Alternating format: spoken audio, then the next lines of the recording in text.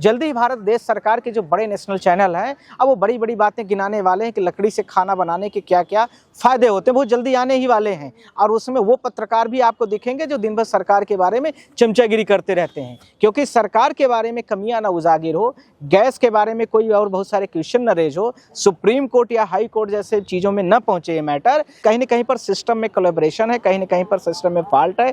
और आज जो कंपनियां डिलीवरी का सिस्टम कर रही हैं, चाहे इंडेन हो, चाहे HP हो, चाहे इसके साथ में भारत पेट्रोलियम हो, ये सब कहीं ना कहीं पर फॉल्ट कर रही हैं। आप तो बीजेपी के नेताओं को देखेंगे तो श्री श्री श्री 108 श्री दामोदरन नरेंद्र दास मोदी ऐसी व्याख्या करते हैं। जनता उनको समझाती है कि कैसा एक्सपेरिमेंट होता है, नाले से गैस, चूल्हे से गैस निकाली जाएगी। अब सर क्या लग रहा है, जिस तरह से गैस के बारे में लगातार बताया जा रहा था कि गैस की कमी नहीं है, लेकिन देश के अंदर गैस की कमी भी देखा जा रहा था, लोग परेशान होते हुए देख रहे हैं। मैं आपके माध्यम से भारत देश की जनता को कहना चाहता हूँ, इस न्यूज़ चैनलों के माध्यम से कहना चाह रहा हूँ कि जिस प्रकार से सरकार अपने दावे कर रही है कि गैस की कोई भी दिक्कत नहीं है, मुझे लगता है कि आम जनता जिस प्रकार से सोशल मीडिया की कवरेज में आपने देखा होगा कई किलोमीटर तक की लाइनें लगी, वो दिल्ली शहर की वीडियोज़ हैं। इसके साथ में और भी बहुत सारी वीडियोज़ आ रही हैं, जिन वीडियोज़ में हमने खुद देखा है कि वहाँ पर बुकिंग तो हो रही है, पर बुकिंग के बाद यह भी कुछ समय बाद आ जाता है कि आपकी गैस सिलेंडर की डिलीवरी हो गई है। पर सच्चाई यह है कि उस व्यक्ति, जिस कंज्यूमर ने इस गैस सिलेंडर को भेजा था, मैं इसको कोर्ट में भी मेंशन करने वाला हूँ, और उसके बाद उसके पास डिलीवरी नहीं हुई। अर्थात गैस की बात जो कही जा रही कि हमें गैस की ज़रूरत है, तो गैस उसके घर में नहीं पहुंची, बुकिंग हो गई, एक तो ये हो गया, और बुकिंग उसकी पहुंची नहीं, ये दूसरा पॉइंट हो गया। अर्थात कहीं ना कहीं पर सिस्टम में कोलैबोरेशन है, कहीं ना कहीं पर सिस्टम में फॉल्ट है। और आज जो कंपनियां डिलीवरी का सिस्टम कर रही हैं, चाहे इंडेन हो, चाहे HP हो, चाहे इसके साथ में भारत पेट्रोलियम हो, ये सब कहीं ना कहीं पर फॉल्ट कर रही हैं। पहला पॉइंट है। दूसरा पॉइंट है, ये तो मैं दिल्ली की बात करूं तो दिल्ली में 3 तरह के और भी इश्यूज आए हैं। पहला, कमर्शियल जितने गैस सिलेंडर्स थे, जिनसे रेहड़ी पटरी वाले और बड़े बड़े होटलों का काम चलता था, वो भारत देश में अब जग जाहिर है, और भारत देश की जनता को भी पता है, दिल्ली के भी जनता को पता है, और दिल्ली जैसे जो और भी बड़े सारे मेट्रोपॉलिटन या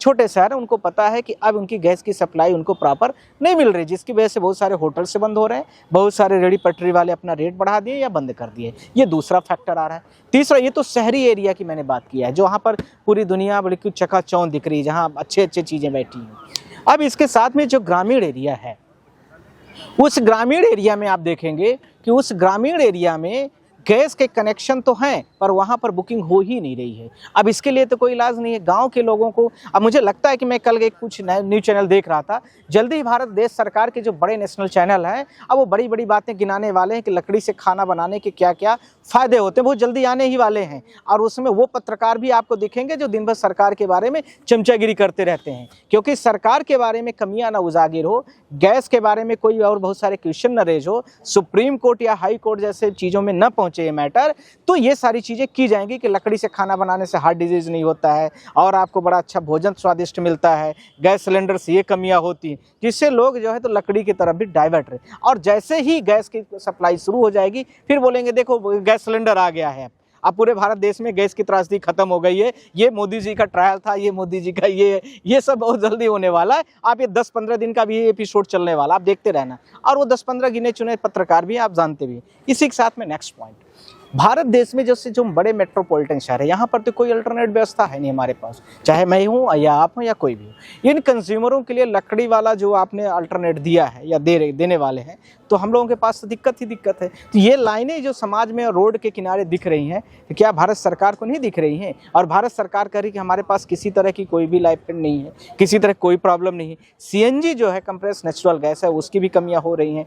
पेट्रोल पंपों में पेट्रोल की भी रेट बढ़ने ही वाले, आप सब जानते। ये तो 2 टैंक जो ईरान ने भेज दिया है, भारत देश की जनता के शुक्रगुजार होना चाहिए। भारत देश की जनता का जिस तरीके से ईरान के साथ में अच्छे संबंध थे, भारत देश की जनता ने जिस तरीके से पुरानी दोस्ती दिखाते हुए इस प्रकार से उनके ऊपर अच्छा किया, तो उन्होंने अपने सौहार्दपूर्ण तरीके से इस प्रकार का जो निर्णय लिया, मुझे लगता है बहुत अच्छा था। सर, नेशनल मीडिया ये दिखा रही है कि जो ईरान ने गैस भेजी है वो कहीं ना कहीं मोदी सरकार की नीतियों की या उनकी सलाह की वजह से। अभी मोदी सरकार जाती तो उसको एक क्या कहते हैं, 1 किलो गैस नहीं मिलने वाली थी।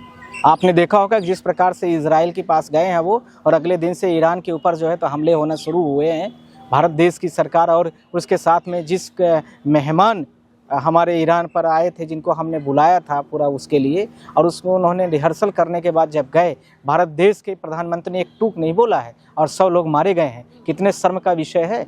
जहाँ पर आपने देखा ईरान के प्रधानमंत्री, वो जो वहाँ के डिफेंस मिनिस्टर हैं, उसके बाद में और बहुत सारे लोगों को मारा जा रहा है। अभी तक प्रधानमंत्री एक शब्द बोले हैं चूस चा। ये तो भारत देश की जनता का शुक्रगुजार है कि उसने अपने दम से समझ रही है कि प्रधानमंत्री के पास काबिलियत नहीं है, अपने दम पर सोशल मीडिया के माध्यम से इतना उसने क्रिएट किया है, जिसकी वजह से ईरान के प्रधानमंत्री या ईरान का जो सिस्टम है उसने उसको लगा कि भारतीय लोग हमारे हैं। भले जो वर्तमान सरकार में बैठे लोग हैं वो किसी न किसी वजह से हमारे लीडर अपोजिशन से जुड़े हुए हैं, इस वजह से हुआ है। दूसरा, इसी का नेक्स्ट पॉइंट, जिस प्रकार से भारत देश से पहले से ईरान से गैस आ रही थी, जो लगभग 1000 किलोमीटर की दूरी पर बसा हुआ ईरान, बुर्ज होम से जैसे वो घूम करके आ रही है, आप खुद सोचिए कि उसमें सब्सिडी भी मिल रही है, कम प्राइस पर भी मिल रहा है। तो क्या कारण था कि 8000 किलोमीटर की दूर पर बसा हुआ अमेरिका, जहां वहां से भारत का प्रधानमंत्री गैस मंगवाएगा? ये किस नियम कानून के तहत है? ये कौन सा, यदि कोई पछवा पढ़ा हुआ व्यक्ति होगा या अनपढ़ भी होगा, वो भी समझता है कि यदि मुझे 1 किलोमीटर जाना है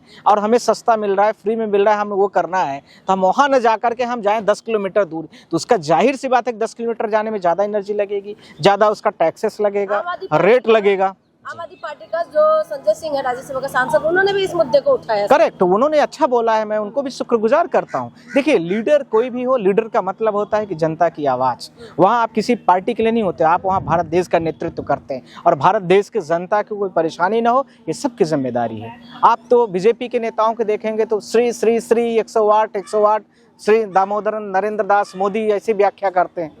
मतलब एक लिमिट होती है। हाँ, तो भगवान है। उन्होंने तो गैस वाला वो एक्सपेरिमेंट भी एक दिया था।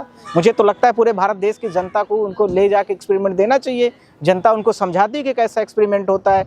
नाले से गैस, चूल्हे से गैस निकाली जाएगी। अब भारत देश की जनता से निकलवाइए, अब बताएगी। वो भाजपा वाले भी निकाले ना उसको। केजरीवाल कह रहे हैं कि सत्ता की हवस है इनके अंदर, मोदी जी और अमित शाह के अंदर।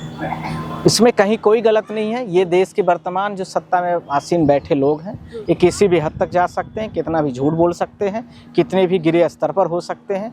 इसके बारे में ईरान का युद्ध हो तो आप देख लीजिए, ईरान से जैसे गैस मिलने की बात आई तो इन्होंने बातचीत का रास्ता शुरू कर लिया।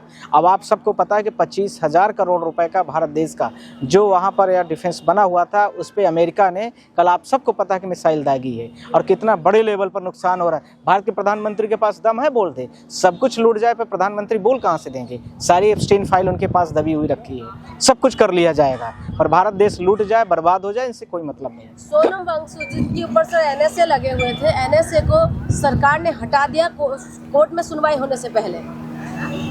मुझे लगता है कि जिस प्रकार से सोनम वांगचुक का मामला पूरे भारत देश में छिड़ा हुआ था, ये विश्व लेवल के विश्व स्तरीय नेता थे।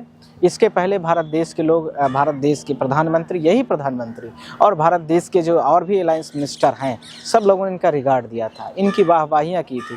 जिस व्यक्ति के बारे में पूरी दुनिया कोलैबोरेट करती है, सम्मान की नज़र से देखती है, जिस व्यक्ति ने इतने बड़े जो हमारा जम्मू कश्मीर है उसके लिए इतना बड़ा सेनाओं को लेकर के इतने बड़ी एक अपना इनोवेटिव आइडियाज़ दिया था और उस पर काम किया, ऐसे व्यक्ति को भारत देश के लोगों ने 6 महीने तक सजा रखा। और यही भारत देश की कोर्ट है जो इस कोर्ट में 6 महीने तक सिर्फ सुनवाई होती रही। यह भारत देश है, यहाँ की व्यवस्था है। सरकार को अब विश्व के रूप में जिस प्रकार से विभिन्न मुद्दे और भी विश्व के लेवल पर छिड़े हुए थे, उस मुद्दों में यह भी मुद्दा छुड़ा हुआ था। तो यह स्पष्ट होने लगा था कि भारत देश के प्रधानमंत्री और भारत देश का जो तंत्र है वह पूरी तरीके से कहीं न कहीं कंप्लीट तरीके से वायस हो चुका है।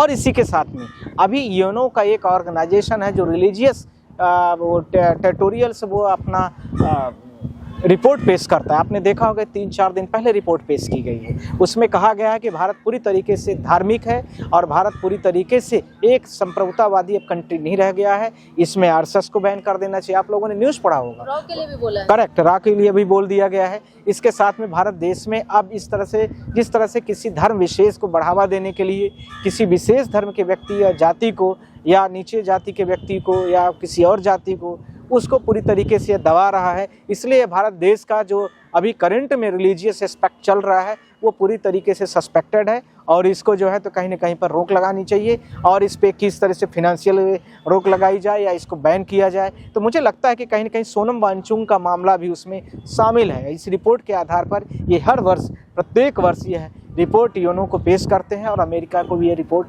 पेश की जाती है। इस रिपोर्ट का भी कहीं ना कहीं पर असर है क्योंकि वो इंटरनेशनल प्रेस्टीज थे। सर कहीं ना कहीं जैसे ये फैसला आया है कि सोनम वांगचुक रिहा हो गए, क्या सरकार सुप्रीम कोर्ट के फैसले से डर गई थी, इससे पहले उन्हें रिहा कर दिया? इसमें कहीं कोई बात दिक्कत नहीं होगी कि जिस प्रकार से केजरीवाल का मैटर उछला था और सेशन कोर्ट ने राउस एवेन्यू ने सीबीआई कोर्ट जो भी थी ईडी कोर्ट उसने जिस प्रकार से निर्णय दिया था और उसने बोला था कि बेसलेस केस है, उसके बाद वो रातों रात हाई कोर्ट भागे।